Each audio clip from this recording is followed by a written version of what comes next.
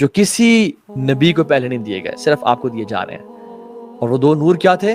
ایک دیا الفاتحہ اور ایک دیا سورۃ البقرہ کی آخری آیات، آمن الرسول بما انزل الیہ من ربہ والمؤمنون سے لے کے اینڈ تک۔ اور پھر فرمایا کمال کی بات کہ جو شخص اس کو پڑھے گا اور اس میں جو مانگا گیا ہے وہ مانگے گا، اللہ کی طرف سے اس کو عطا کیا جائے گا۔ اللہ اکبر! یہ امت محمدیہ کے لیے کتنا ہی بڑا بینیفٹ ہے۔ مجھے آپ یہ بتائیں، ہمیں اس دنیا میں آئے ہوئے، مسلمان بنے ہوئے 25 30 35 40 سال ہو گئے، رائٹ؟ اور شاید ہم ہر نماز میں سورہ فاتحہ کو پڑھتے ہیں، ٹھیک ہے؟ شاید ہر دفعہ ہر روزانہ سونے سے پہلے سورہ بقرہ کی آیات پڑھتے ہیں، لیکن ہم نے کب یا تو ہمیں پتہ کہ کتنوں کو ہے اس حدیث کا، حالانکہ بڑی فیمس حدیث ہے، اور ہمیں سے پتہ کتنوں کو ہے کہ جب بھی میں مانگ رہا ہوں اللہ تعالیٰ سے یہ دعا، اہدنا الصراط المستقیم صراط الذین انعمت علیہم غیر المغضوب علیہم ولا الضالین، مجھے عطا کیا جائے گا۔ کیوں؟ کیونکہ اس حدیث کے مطابق، صحیح مسلم کی آتھینٹک حدیث ہے کہ اے نبی، میں آپ کے لیے 2 نور لے کے آیا ہوں، آپ کو دیے جا رہے ہیں، اس سے پہلے کسی اور نبی کو یہ نہیں دیے گئے۔ اور وہ کیا؟ سورۃ الفاتحہ اور آمن الرسول، سورہ بقرہ کی آخری آیات۔ اور جو شخص ان میں جو سوال کرے گا، یعنی ان آیات کو پڑھے گا اور اس میں جو سوال، دعائیں تو ہیں اس میں، اللہ تعالیٰ اس کو عطا کر دیں گے۔ مطلب میرے آپ کے مانگنے میں کمی کوتاہی ہو سکتی ہے، لیکن اللہ کے دینے میں کمی کوتاہی نہیں ہو سکتی۔ ایک اور حدیث میں آتا ہے، ابو سعید بن معلہ، صحیح بخاری میں حدیث ہے، فرماتے ہیں کہ میں نماز پڑھا تھا، آپ صلی اللہ علیہ وسلم آئے اور آپ نے مجھے بلایا، پکارا، تو میں نہیں گیا، میں نے نماز کمپلیٹ کی اور پھر میں گیا۔ تو اللہ کے امین نے فرمایا کہ تم میرے پاس کیوں نہیں آئے؟ سعید بن معلہ کہتے ہیں کہ میں نماز پڑھا تھا یا رسول اللہ۔ تو آپ نے فرمایا کیا تم نے قرآن نہیں پڑھا؟ یا ایھا الذین آمنوا استجیبوا للہ ولرسول اذا دعاکم لما یحییکم، اے لوگوں جو ایمان لائے ہو، اللہ اور اس کے رسول کی بات کا جواب دو، یعنی اللہ کی پکار کو سنو، attend his call when they call you۔ تو وہ شرمندہ ہوئے، تو آپ نے فرمایا کہ میں تمہیں قرآن کی ایک عظیم صورت آج اس مسجد سے نکلنے سے پہلے بتا کے جاؤں گا۔ تو آپ صلی اللہ علیہ وسلم اپنے کچھ کام میں مصروف ہو گئے اور وہ اٹھ کے مسجد سے جانے لگے، یعنی آپ صلی اللہ علیہ وسلم ان کے ذہن سے نکل گیا تھا۔ تو سعید بن معلہ نے کہتے ہیں یا رسول اللہ، آپ نے مجھے کچھ بتانا تھا۔ انہوں نے ریمائنڈ کرایا اور آپ نے کہا الحمدللہ رب العالمین ہی سبع المثانی والقرآن العظیم الذی اوتیتہ۔ الحمدللہ رب العالمین، تمہیں میں بتانے لگا ہوں جو قرآن کی سب سے عظیم صورت ہے نا، وہ یہ ہے، ہی سبع المثانی، یہ 7 often repeated آیاز والی صورت ہے جس کو کثرت سے پڑھا جاتا ہے، والقرآن العظیم، اور یہی تو ہے قرآن عظیم، الذی اوتیتہ، جو مجھے عطا کی گئی ہے۔ یعنی اللہ کے نبی صلی اللہ علیہ وسلم نے سورہ فاتحہ کو قرآن عظیم کہہ دیا، اور اسی کو کہا سبع المثانی، یعنی جو قرآن میں بھی اللہ تعالیٰ فرماتے ہیں۔ اور یہ مکی صورت ہے، سورہ فاتحہ سے مکی صورت۔ کیوں؟ کیونکہ سورہ فاتحہ کا ذکر سبع المثانی کا جس صورت میں آتا ہے وہ مکی صورت ہے، ٹھیک ہے۔ اور اس کو رقیہ بھی کہا گیا۔ کیوں کہا گیا؟ کیونکہ ڈفرینٹ انسیڈنٹس ہیں۔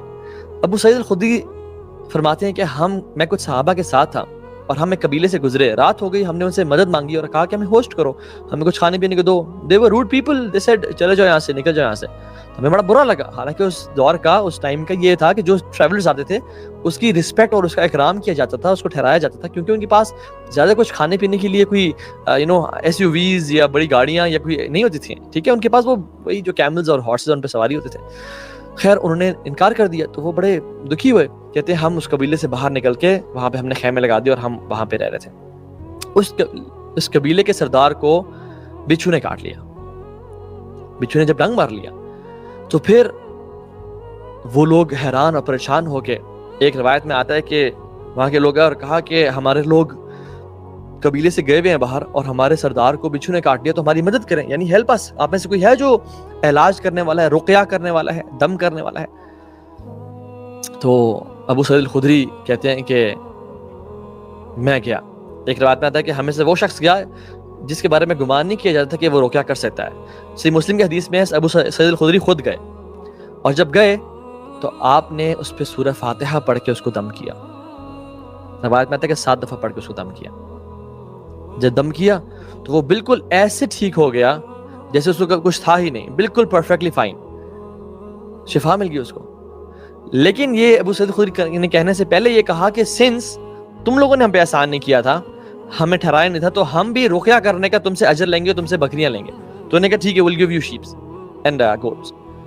تو جب انہیں رقیہ کیا اور بالکل ٹھیک ہو گیا تو وہ کافی ساری ایک پورا بھیڑ بکریوں کا ریوڑا لے کے آ گئے. اب جب پہنچے صحابہ کے پاس تو خوش تھے, تو صحابہ نے کہا کہ ہم تب تک نہیں کھائیں گے جب تک اللہ کے نبی سے پرمیشن نہ لیں کہ کیا یہ رقیہ کر کے یہ اجر لینا ٹھیک ہے. تو آپ کے پاس گئے اور آپ صلی اللہ علیہ وسلم نے تعجب اور حیرانی کا اظہار کیا اور کہا کہ تمہیں کس نے بتایا ہے کہ یہ رقیہ تھا, یعنی تمہیں میں نے پہلے کبھی نہیں ذکر کیا کہ یہ رقیہ ہے.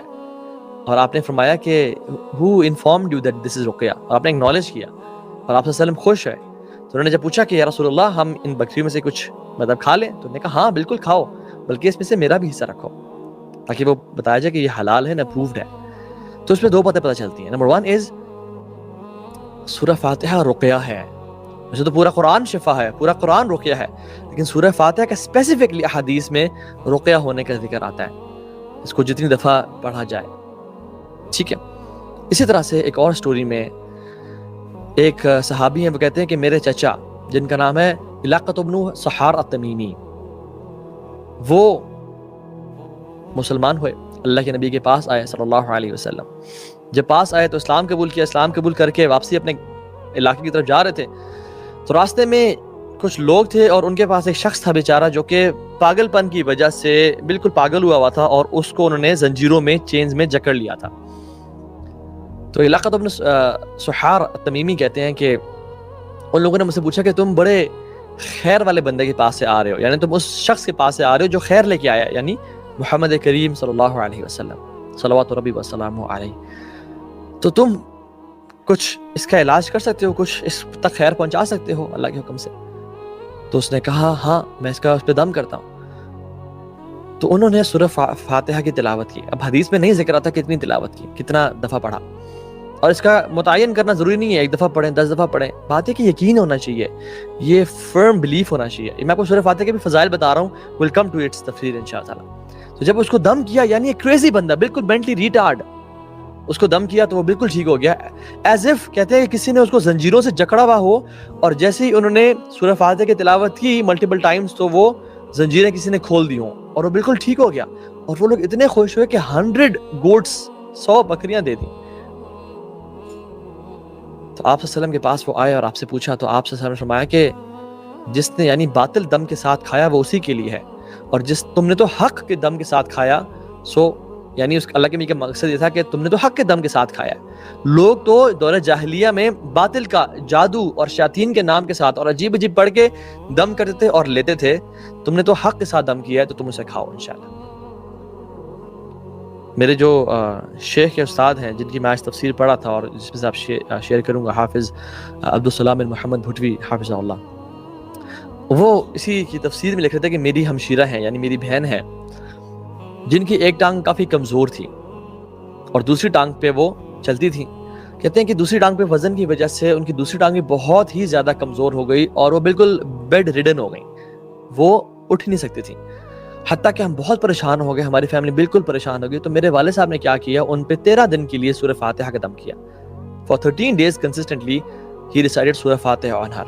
اور کہتے ہیں ان کی ٹانگ واپسی بالکل ٹھیک ہو گئی, اور آج پتہ نہیں 30 سال لکھے ہوئے تھے یا 40 سال بعد ابھی تک وہ, although she is using وہ بساخیاں, ٹھیک ہے, لیکن still she is working fine, وہ بالکل اپنی ٹانگوں پہ چل رہی ہیں اور اپنے کام کر رہی ہیں. وائے کہتے ہیں سورہ فاتحہ کے سامنے. اور کہتے ہیں میں خود اپنی زندگی میں بہت دفعہ بیمار ہوا, بہت زیادہ دفعہ شدید بیمار ہوا, اور کہتے ہیں کہ باقی دعاؤں کے ساتھ ساتھ سورہ فاتحہ کا دم کیا تو اللہ تعالیٰ نے مجھے شفا دے دی sooner or later.